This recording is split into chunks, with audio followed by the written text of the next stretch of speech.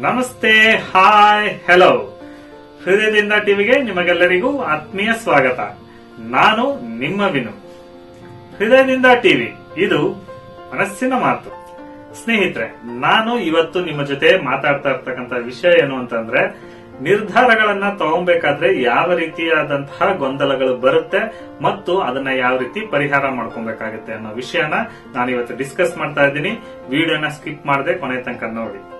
ಸ್ನೇಹಿತರೆ, ನಾವು ನಮ್ಮ ಜೀವನದ ತುಂಬಾ ಸಮಯಗಳಲ್ಲಿ, ಸಂದರ್ಭಗಳಲ್ಲಿ ಒಂದು ನಿರ್ಧಾರವನ್ನ ತಗೋಬೇಕಾದಂತಹ ಸಂದರ್ಭ ಬರುತ್ತೆ.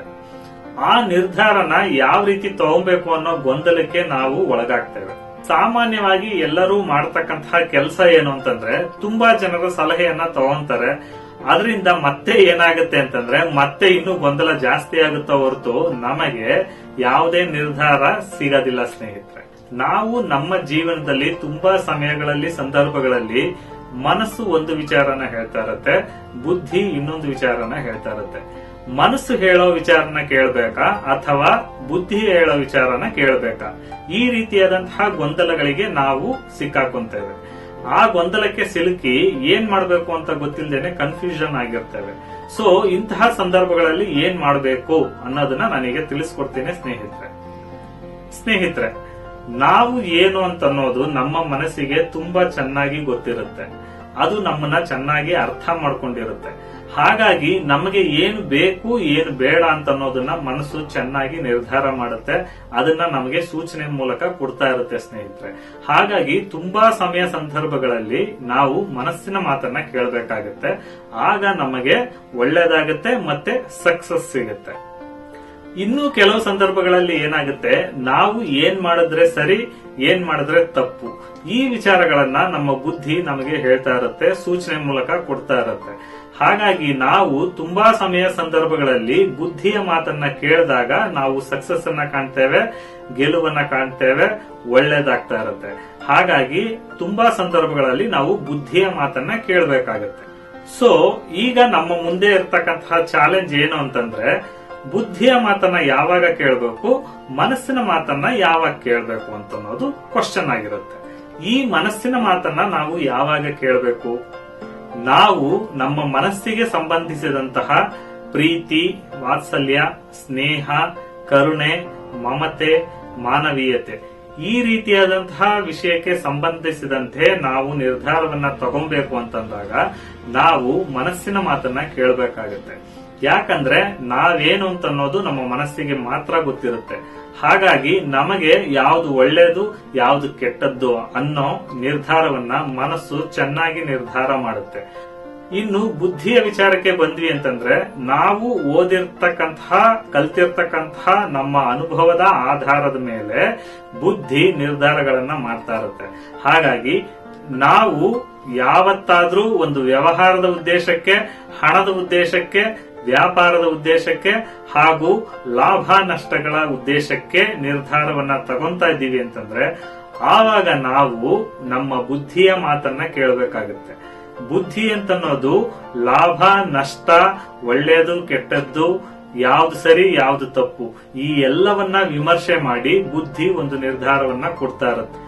ಸೊ ಇಲ್ಲಿ ನಾವು ತಿಳ್ಕೋಬೇಕಾಗಿರ್ತಕ್ಕಂತಹ ವಿಷಯ ಏನು ಅಂತಂದ್ರೆ, ಲಾಭದ ಉದ್ದೇಶ ಇದ್ದು ವ್ಯವಹಾರದ ಉದ್ದೇಶ ಇತ್ತು ಅಂತಂದ್ರೆ ಅಲ್ಲಿ ನಾವು ಪ್ರೀತಿಯ ಮಾತನ್ನ ಕೇಳಬಾರದು, ಮನಸ್ಸಿನ ಮಾತನ್ನ ಕೇಳಬಾರದು.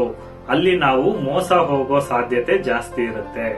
ಹಾಗೆ ಪ್ರೀತಿ ಮತ್ತೆ ಸ್ನೇಹ, ಸಂಬಂಧಗಳ ವಿಚಾರಕ್ಕೆ ಬಂದ್ವಿ ಅಂತಂದ್ರೆ ಅಲ್ಲಿ ನಾವು ಬುದ್ಧಿಯ ಮಾತನ್ನ ಕೇಳಬಾರದು. ಯಾಕೆ ಅಂತಂದ್ರೆ ಅದು ಲಾಭ ನಷ್ಟಗಳ ಲೆಕ್ಕಾಚಾರ ಹಾಕ್ತಾ ಇರುತ್ತೆ.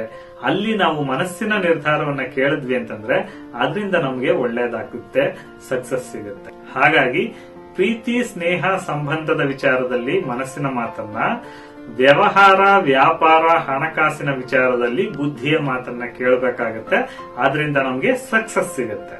ತುಂಬಾ ಸಂದರ್ಭಗಳು ನಮಗೆ ಎದುರಾಗುತ್ತೆ ಸ್ನೇಹಿತರೆ. ನಮ್ಮ ಜೀವನದಲ್ಲಿ ಇಂತಹ ಸಂದರ್ಭಗಳಲ್ಲಿ ಬುದ್ಧಿನೂ ಒಳ್ಳೆ ವಿಚಾರವನ್ನೇ ಹೇಳ್ತಾ ಇದೆ ಅಂತ ನಮ್ಗನ್ಸುತ್ತೆ, ಮನಸ್ಸು ಕೂಡ ಒಳ್ಳೆ ವಿಚಾರವನ್ನೇ ಹೇಳ್ತಾ ಇದೆ ಅಂತ ನಮ್ಗನ್ಸುತ್ತೆ. ಹಾಗಾಗಿ ಮನಸ್ಸಿನ ಮಾತನ್ನ ಕೇಳ್ಬೇಕಾ ಬುದ್ಧಿ ಮಾತನ್ನ ಕೇಳ್ಬೇಕಾ ಅಂತ ಅನ್ನೋ ಗೊಂದಲ ಮತ್ತೆ ನಮ್ಗೆ ಬರೋ ಚಾನ್ಸಸ್ ಜಾಸ್ತಿ ಇರುತ್ತೆ. ಇಂತಹ ಸಂದರ್ಭಗಳಲ್ಲಿ ಯಾವ ರೀತಿಯಾದಂತಹ ನಿರ್ಧಾರ ತಗೋಬೇಕು, ಯಾವ್ದರ ಮಾತನ್ನ ಕೇಳಬೇಕು ಅನ್ನೋದಕ್ಕೆ ನಾನು ಒಂದು ಕಡೆ ಓದಿರ್ತಕ್ಕಂತಹ ವಿಷಯನ ನಿಮ್ಗೆ ಹೇಳ್ತೀನಿ ಸ್ನೇಹಿತರೆ. ಇಂಥ ಸಮಯದಲ್ಲಿ ನಾವ್ ಏನ್ ಮಾಡ್ಬೇಕು ಅಂತಂದ್ರೆ, ಒಂದು ಕಾಯಿನ್ ಅನ್ನ ತಗೊಬೇಕು.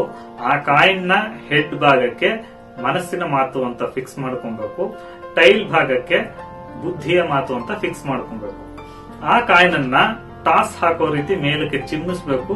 ಚಿಮ್ಮಿಸಿ ಮತ್ತೆ ನಾವು ಹಿಡ್ಕೊಬೇಕು. ಹಿಡ್ಕೊಂಡ್ಮೇಲೆ ನಾವು ಅದನ್ನ ಓಪನ್ ಮಾಡಿ ನೋಡೋದಕ್ಕೆ ಹೋಗ್ಬಾರ್ದು. ಈಗ ನಾವು ಏನ್ ಮಾಡ್ಬೇಕು ಅಂತಂದ್ರೆ, ಆ ಕಾಯಿನ್ ಮೇಲಕ್ಕೆ ಹಾರಿ ಕೆಳಗೆ ಬಂದು ನಮ್ಮ ಕೈಯಲ್ಲಿ ಕೂರೋ ಸಮಯದಲ್ಲಿ ನಮ್ಮ ಮನಸ್ಸಿನಲ್ಲಿ ಒಂದು ವಿಚಾರ ಓಡ್ತಾ ಇರುತ್ತೆ ಸ್ನೇಹಿತರೆ. ನಮಗೆ ಹೆಡ್ ಬಿದ್ರೆ ಚೆನ್ನಾಗಿರುತ್ತೆ ಅಂತ ಅನ್ಸುತ್ತೆ, ಅಥವಾ ಟೈಲ್ ಬಿದ್ರೆ ಚೆನ್ನಾಗಿರುತ್ತೆ ಅಂತ ನಮ್ಗೆ ಅನ್ನಿಸ್ತಾ ಇರುತ್ತೆ. ಸೊ ಹೆಡ್ ಬಿದ್ಬಿಟ್ರೆ ಚೆನ್ನಾಗಿರುತ್ತೆ ಅಂತ ನಾವು ಬೇಡ್ಕೊಂತ ಇದ್ದೀವಿ ಅಂತಂದ್ರೆ ನಮ್ಮ ಆಸೆ ಅದೇ ಆಗಿರುತ್ತೆ ಅಂತ ನಿರ್ಧಾರ.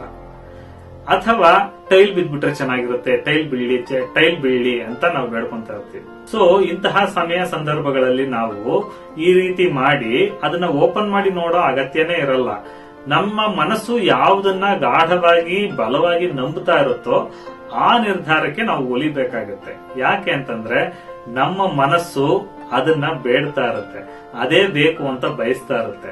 ಹಾಗಾಗಿ ಇಂತಹ ಗೊಂದಲದ ಸಮಯದಲ್ಲಿ ಬುದ್ಧಿ ಹೇಳೋ ಮಾತುನು ಕರೆಕ್ಟ್ ಆಗಿದ್ದು, ಮನಸ್ಸು ಹೇಳೋ ಮಾತುನು ಕರೆಕ್ಟ್ ಆಗಿದ್ದು, ಈ ಎರಡರಲ್ಲಿ ಯಾವುದನ್ನ ನಾವು ನಿರ್ಧಾರವಾಗಿ ತಗೊಳ್ಬೇಕು, ಯಾವುದನ್ನ ನಿಶ್ಚಯ ಮಾಡಬೇಕು ಅನ್ನೋ ಗೊಂದಲದಲ್ಲಿ ಇದ್ವಿ ಅಂತಂದ್ರೆ, ಈ ಉಪಾಯನ ಅನುಸರಿಸಿದ್ವಿ ಅಂತಂದ್ರೆ ನಮಗೆ ಒಂದು ಒಳ್ಳೆ ನಿರ್ಧಾರ ಸಿಗೋ ಚಾನ್ಸಸ್ ಜಾಸ್ತಿ ಇರುತ್ತೆ ಸ್ನೇಹಿತರೆ.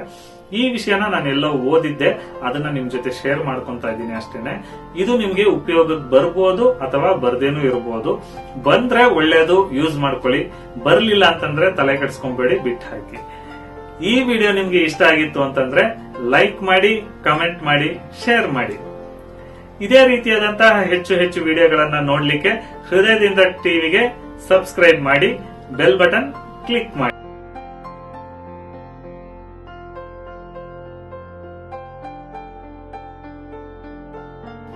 ಇದೇ ರೀತಿಯಾದಂತಹ ಮತ್ತೊಂದು ವಿಡಿಯೋದೊಂದಿಗೆ ನಾನು ನಿಮ್ಮನ್ನ ಭೇಟಿಯಾಗ್ತೀನಿ.